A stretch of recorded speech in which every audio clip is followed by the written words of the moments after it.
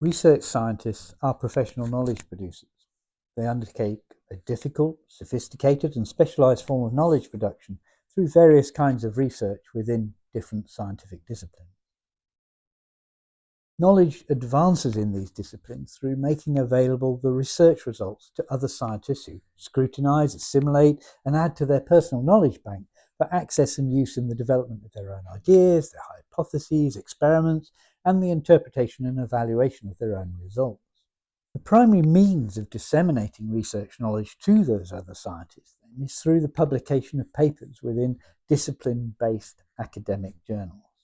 The career progression of academic scientists, and in some cases industry researchers, are founded on this publication output, both in terms of the numbers of scientific papers and their perceived quality.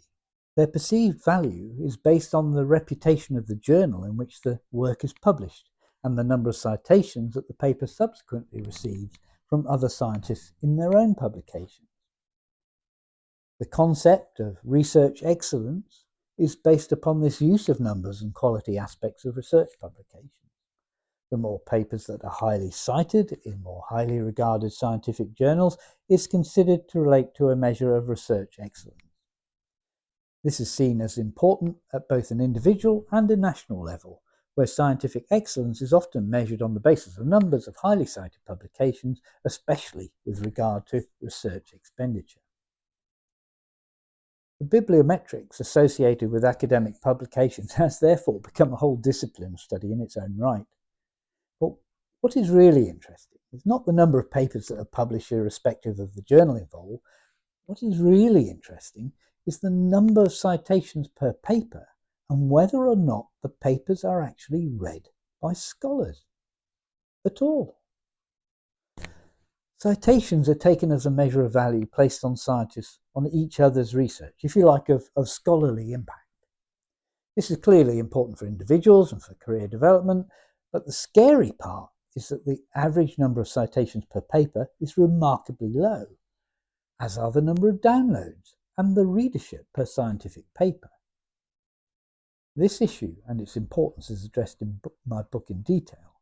How do we justify the generation of knowledge for knowledge's sake when there is evidence to suggest that the value of this, even in terms of reach to other scholars, is very limited indeed?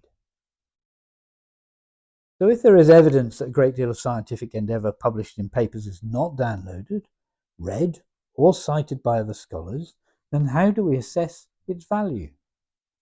Are there other measures we could use? For example, in invention and innovation, perhaps. Scientific knowledge production can lead to the very practical output of an invention, which may have potential commercial value if it can be protected through being patented. Patents can also cite scientific work related to an invention. Given patents are indicative of invention and thereby providing a basis for innovation having commercial and economic value, then linking the value of knowledge recorded as a scientific publications in patents can provide a measure of value of the scientific output of research. When relating scientific R&D to patents, it is clearly important to look at science-dependent patents. A country that is successfully translating its R&D expenditure into science-dependent patents should have a high ratio of percentage science-related patents relative to percentage of overall publications. Whereas a country that is undertaking a great deal of research but not translating this into science-dependent patents would expect to have a low ratio.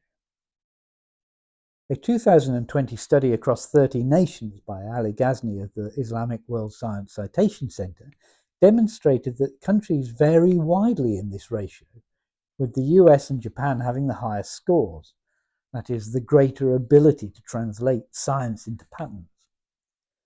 This ratio, then, is perhaps a better measure of innovation potential relating to scientific output than studying numbers and quality of researchers' scientific publications alone.